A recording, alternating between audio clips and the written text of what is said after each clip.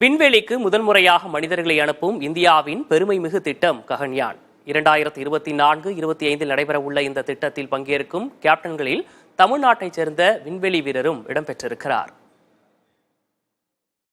இந்திய விமானப்படை பைலட்டுகளான group கேப்டன்கள் Prashanth Nair, Ajith Krishnan, uncut Pratap மற்றும் விங் கமாண்டர் சுபான்ஷு சுக்லா ஆகியோர் ககன்யான் திட்டத்தில் விண்வெளிக்கு செல்லும் விண்வெளி வீரர்களாக பிரதமர் நரேந்திர மோடியால் அறிமுகப்படுத்தப்பட்டுள்ளனர். இவர்களில் குரூப் கேப்டன் அஜித் கிருஷ்ணன் தமிழ்நாட்டின் தலைநகர் சென்னையில் பிறந்தவர். 1982ஆம் ஆண்டு சென்னையில் பிறந்த இவர் தேசிய பாதுகாப்பு அகாடமியிலிருந்து தேர்ச்சி பெற்றவர். விமானப்படை பயிற்சி அகாடமியில் சிறப்பாக செயல்பட்டதற்காக அந்த ஆண்டிற்கான குடியரசுத் தலைவரின் தங்க பதக்கம் மற்றும் மரியாதை வாள் ஆகியவற்றை பெற்ற சிறப்புக்குரியவர் அஜித் கிருஷ்ணன்.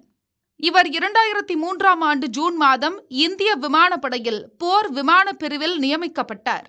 பயிற்சி விமானிகளுக்கு பயிற்றுவிப்பாளராகவும் உள்ளார். மிகவும் சவாலான பணியான இந்திய விமானப்படையின் புதிய விமானங்களுக்கான டெஸ்ட் பைலட்டாகவும் இருப்பவர் Ajith Krishnan.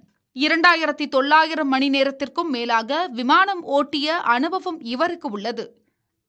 Su-30 MKI, MiG-21, MiG-29, Jaguar, Dornier, AN-32 உள்ளிட்ட பல்வேறு விமானங்களை ஓட்டிய அனுபவம் வாய்ந்த பைலட்டான அஜித் கிருஷ்ணன் வெலிங்டனில் உள்ள பாதுகாப்பு பணியாளர்கள் சேவை கல்லூரியில் பயிற்சி பெற்றவர்.